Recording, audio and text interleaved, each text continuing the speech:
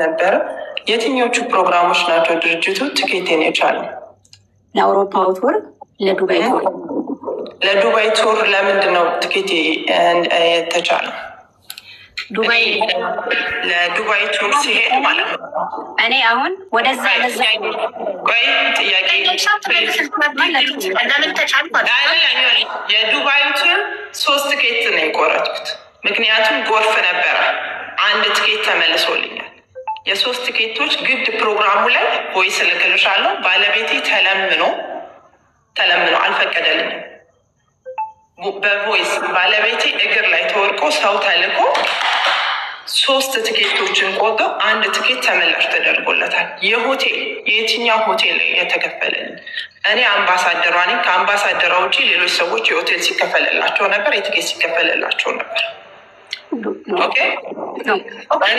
ደረሰኝ ማቅረብ ይቻላል። የተከፈለበት ስንቅ በጎ አድራጎት ድርጅት ለናርዶስ አበበ የከፈለው ከዱባዩ ከ3ቱ ትኬት 1 ተመልሶልኛል። 3 ትኬት መጨረሻ ሰዓት ጎርፍ ነበር። ሀቦት አስታውሽ ከሆነኛ የመጣን ሰዓት 3 ትኬት ነው የቆረጥኩትኝ። 1 ተመልሶልኛል። እሱም ስንቅ በጎ አድራጎት ድርጅት ወደ ሳራ ልኮ፣ ሳራ የኤርሚ ማለት ነው፣ ወደ እሷ ልኮ ዱባይ መታ ሰጣኛል። ከዛ ውጭ ካርዴ ልክልሻለሁ። በካርዴ ነው የከፈልኳቸው። ጥሩ። ስለዚህ አታስረዳ። ከ1 ትኬት ውጭ እስካሁን ሳገለግል ከዱባይ አንድ የዱባይ ትኬት አንድ የዱባይ ትኬት 1 የሮብ ትኬት። ከዛ ውጭ ስንቅ በጎ አድራጎት ድርጅት 5 የ6 ገብቻለሁ። $1,000 በላይ ገቢ አድርጌያለሁ በራሴ ብር ካሽ $500 $600 2 ኮምፒውተር 30,000 እልክልሻለሁ። እኔ ፔጅ ላይ መለጠፍ አይጠበቅብኝም። በራሷ ፔጅ ላይ የለቀቀችውን ከነ ሪሲቱ አሁን ክፈቹ። ቆይ አንዴ በደንብ እኔ ማውራትም ለዛ ነው ለሰላም እያንዳንዱ ነገር በጠየቅሻቸው ልክ መልስልሻለሁ። የአውሮፓ ትኬት ሆቴል እኔ ከዚህ ተራረኩት። እሱን አምነሻል። የአውሮፓውን አይደለ? ኦኬ። ዱባይ ላይ ደግሞ ትኬቱን እዛ ስትቆርጭ እኔ ስምም መጥራትም አልፈልግም። ምክንያቱም የነበረውን ስንቅ የሆቴልና የዱባውን ትኬት ከፍሏል። ከዛ ሰታሻል ላይ አምንሻል። ሪሲት የሆቴል የዱባይ የከፈልሽበትን ሪሲት ስጪ። የትኬት ከ3ቱ 1 ተመልሶልኝ በጣም አሪፍ። አሁን እኔ እናንቺ በጣም ኦኬ። እዛ ከሆነ የሆቴልና የትኬቱ አንድ ላይ በዶላር ሳራ መታን የሰጠችሽ 100,000 ብር ነው። ትኬቲ 60 ምናምን የሆቴሉ የነበረው ማለት ነው።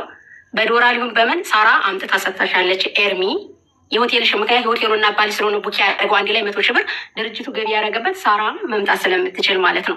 ሌላ ሁለተኛ 2-3 የትኬት መቁረጡ የዱባው ትክክል ነሽ። ተመልሶልኛለም አልተመለሽም ያልሽው ነገር የለም።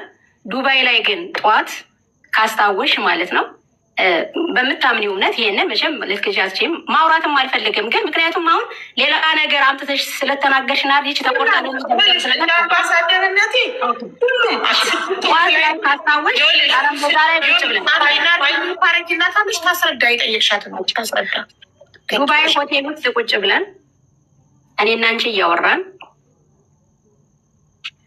ቱኬት 2 ነው ቆርጦ የላካ ይመለስለታል አይመለስም አላውቅም ብለሽኝ፣ ብር ያስፈልገኛል ብለሽኝ $800 ስሰጥሽ እኔ ማሚ ሙሉ እጅጉ ፊታችን ላይ መጣ አላየችንም? ትክጃለሽ። አንተ ሚያለሽ ማሚ ትምጣ ሚያለሽ ግን ማለት ድርጅቱን የሚያክል ነገር በካሽ ነው የምትቀባበሉት? ድርጅት ለኢሮፕ የቆረጠልኝን ሪሲት አሰርቼለታለሁ። ስንቅ በጎ አድራጎት ድርጅት ፋክቱር አውጥቼለታለሁ እኔ ትኬቴን ስቆርጥ ነው ለመሰለሽ። አሁን ይኸውልሽ ከዛ ውጪ የሆቴልና ትኬት ይኸውልሽ እኔ 6 የመጥቻለሁ ኢትዮጵያም ለማገዝ እንደ አምባሳደርነቴ ማለት ሆቴልም ትኬትም የመክፈል ግዴታ አለባችሁ። እኔ ግን ስለማልፈልገው እራሴ በካሽ ከፍላለሁ።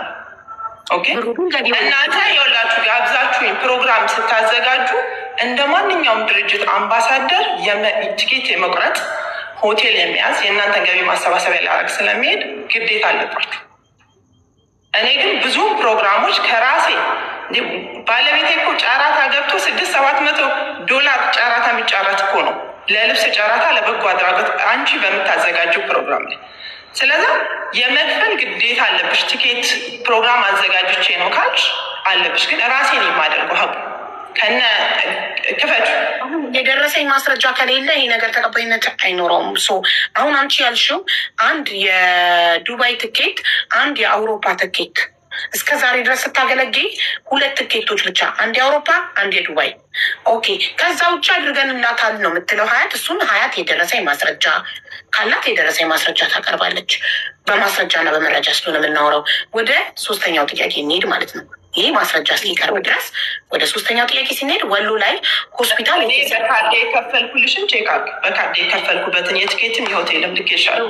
ትኬት አንድ የማብራሪያ ካሹን ብትከፍልም ባለቤትሽ ቆርጥና ብሩ ደግሞ ሳራ አልሰጠዋትም ብላ ካለች ትጠየቃለች ማለት ነው። የዱባዩን ትኬት ሳራ ሰታኛል፣ ሳራ የሚያበሻ ሰታኛል ባለች ትኬት ነው። ሀቢባ አንድ የግልጽ እንዲሆንላችሁ የምፈልገው ትኬት እዟ እሷ ቆርጣ ትመጣለች የሆቴሏን፣ ብሩ ደግሞ ለእሷ ይገባላታል። ይህንን አንደርስታንድ እንድታደርጉ ስለፈለግኩኝ ነው። ትራንስፖርት መከፈል አለበት። እኛም አልከፈልንም አላልኩም ብያለሁ። ያሉትን በማስረጃ ዱባይ ላይ ያለውን እኔ ሀዩ ባሌ 2 ነው ትኬት የቆረጠው። አሁን ብር ስጠኝ ማለት አልችልም። ስለዚህ ብር ፈልጋለሁ ስትይ ማሚ ሙሉ እጅጉ $1000 ሰታኝ እላይ ወጥታ እስከምትመጣ 800 እንደሰጠሽ ልክ ብሩ ስደርስ ማሚ ደረሰሽ ማለት ነው። ማሚ ወዲያውኑ ምን አለች? ለሰው ልሰጭ ነው ወይ እኔ ብር የሰጠውሽ ብላይ ስለነበረ በደንብ ነው ችግር የለውም ችግር የለውም ታዩ እለፊው። እኔ በባለፈውን ብያለሁኝ የሰራሻቸውን አከብራለሁ። ሰርተሻል ትክንሽ ማስረጃ ልክ ያለውን እውነታ ደግሞ ለህዝብ ወይም ደግሞ ያለውንም አሁንም የዘጋውትን እንዳዲስ አምጥተሽ ብሪፍ ነው ያደረግሽው። እምነግርሽ አንቺው ከተናገርሽ ነው መልስ የምሰጠው። የዱባዩን እና የአውሮፓ ስትመጭ ትኬት ተቆርጦልሽ ነው። ኡጋንዳ ሄደሽ ተመልሰሽም ስትመጭ እያንዳንዱ በስንቅ ስንቴ እርዳታ አደረሽ? ናርዲ በስንቅ በጎ አድራጎት ድርጅት አንቺ ራስሽን ችለሽ ስንቴ እርዳታ አርገሻል? ወደ መጀመሪያው ሂደትሽ ኮምፒውተር እና እስከ ስንቅ ድረስ የሄድሽው በሌላ እርዳታ ስለነበረ የዛ አላቅም። ትኬት ያወጣሽውን ምናምን ከእኛም ጋር የሚገናኝም አይደለም። በግልሽ ተንታ ሆስፒታል እና ለጋምቦ ወረዳ ላይ ኮምፒውተር፣ እንደገና ደግሞ ለስንቅ በጎ አድራጎት ድርጅት 30,000 ብር፣ ይህም በግልሽ ያረግሽው የመጀመሪያ ጊዜሽ ጉዞሽ በነበረ ሰዓት ይህንን አርገሻል። በስንቅ ግን አንቺ እርዳታ አሰባስበሽ የገባ